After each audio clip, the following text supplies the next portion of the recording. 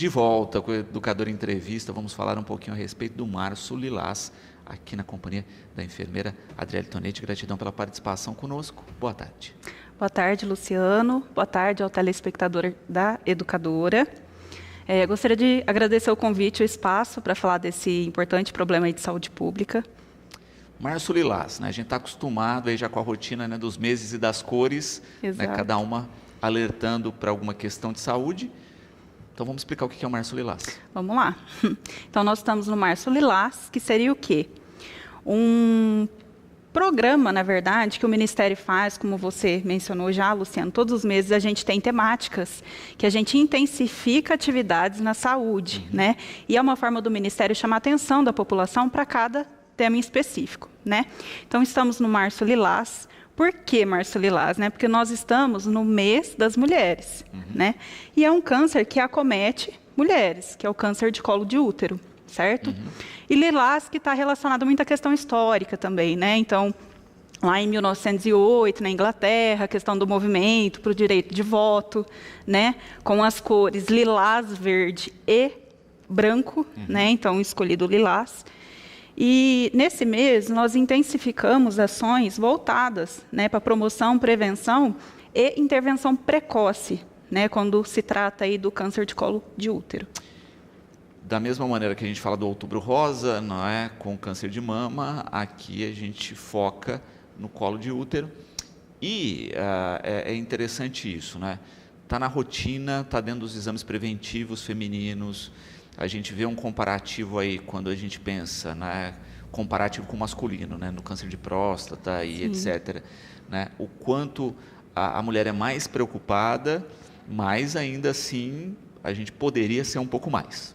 Com certeza, né? Quando a gente fala de câncer de colo de útero, Luciano, a gente aí tem um acometimento, é o terceiro câncer maligno, né, que acomete mulheres, e é a quarta causa de morte por câncer em mulher, né?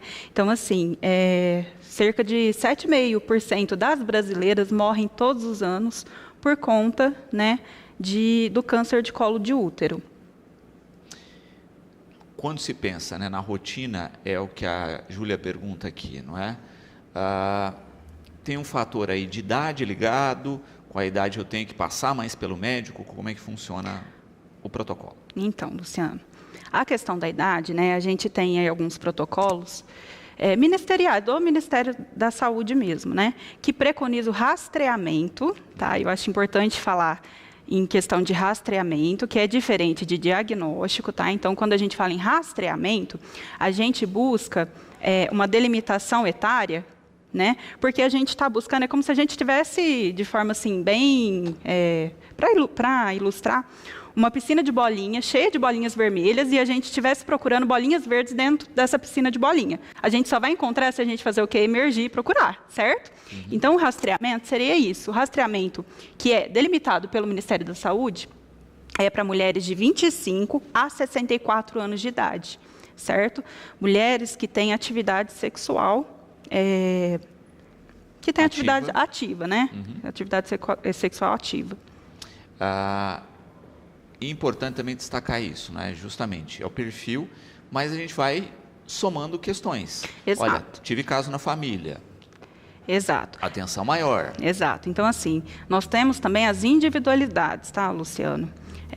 Não quer dizer que seja uma coisa engessada e, como eu te disse, não é uma coisa que nós falamos de rastreamento, tá? E temos também a parte de diagnóstico. Então, são coisas que, por exemplo, numa consulta, você vai identificar fatores de risco, que a gente fala, queixas da paciente, tá? Então, não é uma coisa engessada, tá? A gente também tem a questão do olhar, do atendimento individual, certo? E uma vez que a pessoa está em atividade sexual, entende-se que ela está exposta a risco, certo? Porque o câncer de colo de útero, geralmente, ele está ligado ao quê? Infecção por HPV. O HPV, ele gera lesões que a gente fala que são lesões precursoras do câncer de colo de útero. Então, o que é isso? São lesões que podem culminar, que podem levar à evolução, né? Que surge aí o câncer de colo de útero, através dessa lesão, certo? HPV, né? Vamos falar um pouquinho disso. É lógico que é uma enfermidade sexualmente transmissível, né? Que ela é um fator detonador aí, não é, do câncer de colo de útero. E a vacinação, e eu acho que é o grande desafio que a gente tem, é feito nas meninas antes de iniciar as atividades sexuais. É bom a gente deixar claro isso, né? Justamente para prevenir, né? Porque se for deixar para vacinar depois também, né, você reduz essa margem de prevenção.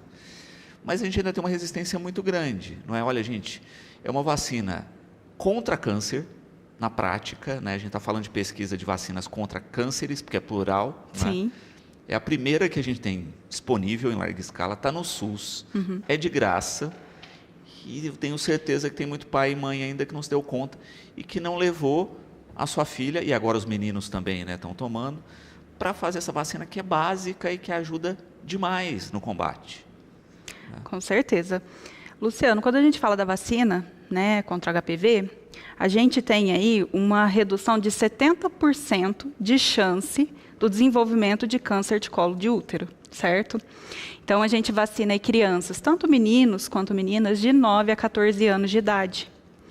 E você sabe que, ultimamente, a gente teve aí um alerta, né? Até o Ministério mudou o calendário vacinal, porque a gente tinha a vacinação desse público-alvo de 2 doses, né? E o que estava acontecendo? As mães não estavam levando as crianças para tomar essa segunda dose. Hoje em dia, é feita uma dose só, né? Então, pelo calendário vacinal, a gente faz uma dose só. E ainda assim, tem um índice, né, que não é satisfatório de vacinação contra o HPV, né? Então, infelizmente, eu acredito que tenha-se ainda uma desinformação, principalmente relacionada a fake news, né?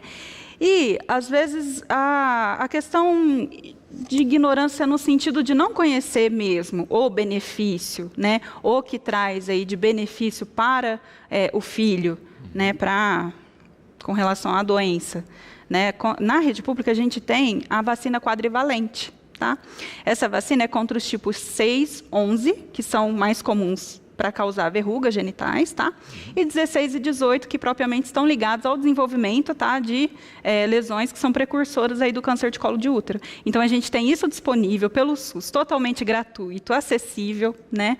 E, infelizmente, a gente ainda tem que desenvolver estratégias para informar essa população sobre a importância. O câncer de colo de útero, gente, ele é prevenível.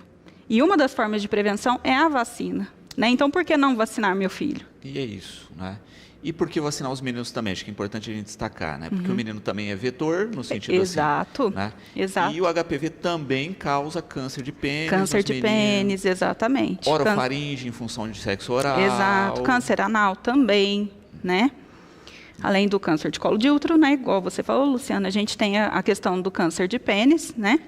E de orofaringe, câncer anal, né, que estão geralmente veiculados a questões sexuais. Perfeito. Então, vacine, por favor. Por favor. Né, na dúvida, busque a unidade básica do seu bairro, cheque aí essa questão. Procure informações, procure profissional de saúde, né? Então, assim, todo mundo, todas as unidades de saúde estão aí, né, gente? Procure a unidade de saúde próxima à sua casa, esclareça dúvidas. Né, leve seu filho para a carteira de vacina do seu filho para ver se está tudo certo. Tá? A gente está aproveitando a oportunidade, falando aqui, né, da vacina de HPV, mas também, né, falando da questão da atualização vacinal do seu filho, então a importância das vacinas para outras doenças também. Leve. Né, se a gente tem isso disponível, né, a nosso alcance, então vamos aproveitar essa oportunidade. Né, vamos falar um pouquinho, a gente falou aí, olha, 70% dos casos ligados ao HPV, que podem ser combatidos com uma vacina, etc. Mas nós temos 30% de casos que estão ligados diretamente ao que a gente fala de fatores ambientais. Ou seja, como eu toco a minha rotina. Né? Exato. Um dos vilões é ainda, né, que é o vilão que está ligado a todos os cânceres de alguma forma, o tabagismo. O tabagismo, exato. Então, Luciana, é importante frisar, né, aqui que nós temos as condições genéticas, os fatores ambientais, comportamentais, que a gente fala, né? Que se eu tenho chance de desenvolvimento de uma doença e eu começo a dar mais chance de desenvolver ela, obviamente eu estou mais exposta a desenvolvê-la, certo? Então, o tabagismo, ele está fortemente relacionado à maioria dos cânceres, não só de pulmão, como a maioria das pessoas pensam, né? Então, não, a gente tem diversos tipos de cânceres relacionados. E um deles é o câncer de colo de útero. Eu acho importante destacar isso porque nós também temos um tratamento disponível aqui no SUS, em Batatais, que é o grupo de tabagismo. Que é o quê? É um tratamento voltado tanto para condições individuais quanto coletivas, né? Então, esse indivíduo ele vai chegar no grupo, ele vai ser acolhido por uma equipe multiprofissional, tá? Ele vai passar por atendimentos médicos individualizados, porque cada um, dentro, né, do seu vício, tem uma particularidade. Tá? Então, a gente tem um momento em grupo que a gente faz, que a gente divide as experiências, que a gente faz as palestras, só que a gente tem aquele momento que a gente vai escutar aquele indivíduo na sua individualidade mesmo, né, para poder ajudar nesse processo. Então, eu acho importante ressaltar isso, porque nós temos isso disponível aqui no nosso município. E, com relação a isso também, Luciano, a gente tem disponibilizado medicamentos que ajudam também nesse processo da cessação do tabagismo. Adesivos, né, medicamentos comprimidos, né, que aí são passados conforme a necessidade, a identificação da necessidade do indivíduo. Então, eu acho importante colocar isso, porque nós temos esse tratamento e como configura um fator de risco, não só para o câncer de colo de útero, mas também para vários outros tipos de câncer, né, eu acho importante a população ter conhecimento da existência, né, desse tipo de tratamento aqui em Batatais. Perfeito. E é uma questão que, de maneira recorrente, a gente vê, não é? Quadro de pessoas que já tiveram casos na família, infelizmente, com hábitos tabagistas, não é? E que não se vacinaram para HPV. Né? Então, assim, olha, já não estou numa idade que eu não consigo mais me vacinar, tive casos. Como é que eu tenho que fazer preventivo? Rotina médica e parar de fumar. Exato. E também a gente tem, como está muito ligado com a questão de atividade sexual, então, a gente tem, não que uma coisa exclui a outra, tá, gente? Mas, como um destaque, a questão do uso do preservativo. Né? Então, para evitar essa contaminação pelo HPV, né? E pela transmissão, aí, evitar a transmissão do HPV. Então, camisinha em primeiro lugar. Sim. Falar um pouquinho de sintomas. Não é? A gente falava anteriormente da importância disso, de rotina médica, de fazer todas essas ações preventivas, né? Vacinação, fugir do tabagismo, né, de toda forma, mas muitas vezes a pessoa, olha, atrasei com a minha rotina médica, demorei um pouquinho mais, tem sintomas, que tipo de sintomas aparecem? É interessante você mencionar isso, Luciano, pelo fato de que tem sintomas, sim, associados, só que, geralmente, sintomas, eles estão associados a um câncer um estágio mais avançado, né? Então, os sintomas, geralmente, eles aparecem quando o câncer ele está mais avançado, né? Que aí a gente tem sangramento, secreção, que a gente vê na atipia, né, da secreção, a pessoa nota, dor em baixo ventre, né, dor abdominal, que a gente fala, em baixo ventre. E aí é que eu destaco para vocês a questão da importância de fazer o exame citopatológico, que é o conhecido exame Papa Nicolau. Tá? Por quê? Para isso ser detectado de forma precoce e aumentar as chances de cura. Tá? Porque quando a gente chega num estágio de que a pessoa está percebendo que tem coisas erradas e só procura, né, ajuda profissional quando ela nota isso, geralmente o câncer está mais avançado. Tá? Então, fica um alerta e um chamado para você que está com seu exame atrasado, tá? Faz tempo que não faz Papa Nicolau, para procurar uma unidade de saúde e marcar o seu exame para ser feito o quanto antes, tá? Nós temos agendas nas unidades, tanto para ginecologistas, tá, quanto para enfermeiros, que também são profissionais capacitados para fazer a coleta do Papa Nicolau. Então, não tem desculpa para deixar isso para depois, Luciano. Perfeito. E é importante isso, né? Porque, olha, quando a gente pensa num Papa Nicolau, às vezes ele vai detectar o HPV, né? Dentro dessa loja, olha, tenho que ter uma atenção maior porque tem um HPV aqui e isso aumenta a minha chance. Isso. Né? Na verdade, assim, Luciano, o Papa Nicolau, ele vai detectar atipias celulares, porque nada mais é do que o Papa Nicolau, a gente vai pegar, né, e passar uma espátula em volta do colo do útero e a escovinha dentro, que a gente fala que é a coleta ectocervical e a endocervical. Então, a gente vai pegar as células de fora e de dentro do colo do útero. Quando a gente manda para análise, né, esse material, vai vir um resultado para a gente mostrando se tem alguma atipia celular. Veio algum resultado que vai indicar lá o médico, vai identificar o enfermeiro, vai identificar que tem anormalidade, a gente vai para um segundo passo, que seria o quê?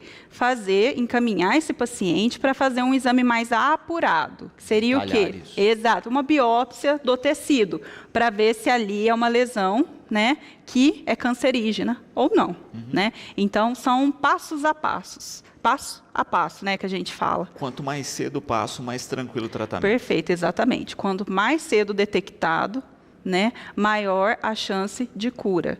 Lembra, eu falei lá no começo que o câncer, ele surge a partir de uma lesão precursora, né? Então, antecedendo o câncer, a gente tem uma lesão. Se eu trato a lesão... Exato. Se eu detecto essa lesão e se eu faço um tratamento adequado, não evolui para câncer. Ou, se eu acho ali um câncer em estágio inicial, as minhas chances de tratamento e cura, consequentemente, são maiores, né? Mais eficazes. E por isso o conjunto da obra, né? Olha, se eu tenho uma rotina médica, se eu tenho um retorno agendado, eu preciso fazer isso, eu não posso postergar, porque não é... o que a gente percebe aí com a evolução do tratamento de todos os cânceres. Quanto mais eu antecipo, mais tranquilo é o tratamento, maior a chance de cura. Isso tem sido a grande evolução e que depende do paciente. Exato. Né? Uma das coisas que ainda assusta na rede, de uma maneira geral, é o número de pessoas que faltam aos agendamentos. Exato.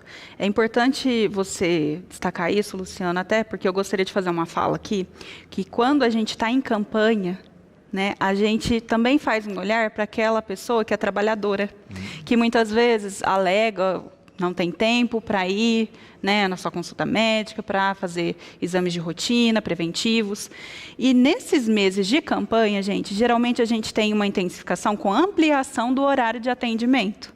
Né? Para quê? Para oportunizar que a pessoa tenha, né, acesso aí à consulta, ao exame e possa fazer dentro de uma programação pelo menos anual. Né? Então, eu acho que é um momento da gente fazer um olhar para a gente mesmo, né? De que todo mundo precisa fazer exames de rotina. Não é porque está tudo bem que não precisa. Não, a gente tem que trabalhar com prevenção. Né? Como eu disse para você, sintomas geralmente demonstram o quê? Doença em estágio mais avançado.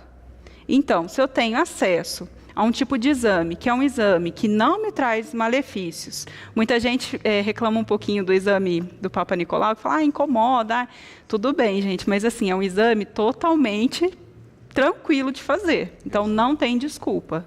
Né? Então, assim, eu acho importante destacar também, Luciana, essa questão da ampliação de horários, porque é uma forma de oportunizar para aquela pessoa que muitas vezes não tem um olhar de que eu não tenho tempo para ir ao médico. Por exemplo, está tudo bem, eu não tenho tempo para ir ao médico porque eu preciso trabalhar. Né? Então, eu acho que isso é importante destacar, que também já se tem um olhar para isso, né, para o trabalhador. Exato. Duas questões, acho que para a gente fechar. Né? Primeiro, a gente falou do grupo com relação ao tabagismo. Sim. A Gisele aqui perguntando, né? Como agendar, como se encaminhar para esses grupos. Certo. Gisele, né? Isso. Gisele, você pode procurar a unidade de saúde do seu bairro e dar o nome, apenas isso, tá? O nome da pessoa é colocado numa lista de espera e a gente liga agendando uma data, certo? Apenas, tranquilo, gente, não precisa de encaminhamento médico, não tem nada disso. Basta a vontade da pessoa, tá? Vai lá, dá seu nome e entra já na lista para a gente entrar em contato posteriormente. Perfeito. E quando a gente fala, né, de câncer de colo de útero, a gente está falando de rotina ginecológica, né? De entender isso, de passar pelo postinho e de ter essa rotina. E aí eu aproveito aqui, não é, a pergunta da Antônia, que é, né, a que momento a mulher iniciar essa rotina? Luciano, a questão da rotina ginecológica, a gente tem, assim, né, desde quando a menina menstrua. Então, menstruou, já pode entrar na rotina ginecológica. Então, essa menina já pode frequentar ginecologista, né? Fazer os exames de rotina, as orientações, porque não são só exames, tá? A gente trabalha com informação também. Então, isso é importante destacar, tá? Então é vida isso. Toda e seguir certinho o que está preconizado, os retornos. Exato. Para ter uma tranquilidade e se tiver algum probleminha, né? Como Detectar a gente colocou, de forma antes, precoce com e certeza. resolver o mais cedo possível. Exato. Gratidão pelos esclarecimentos. Eu que agradeço a oportunidade e o espaço que vocês nos deram.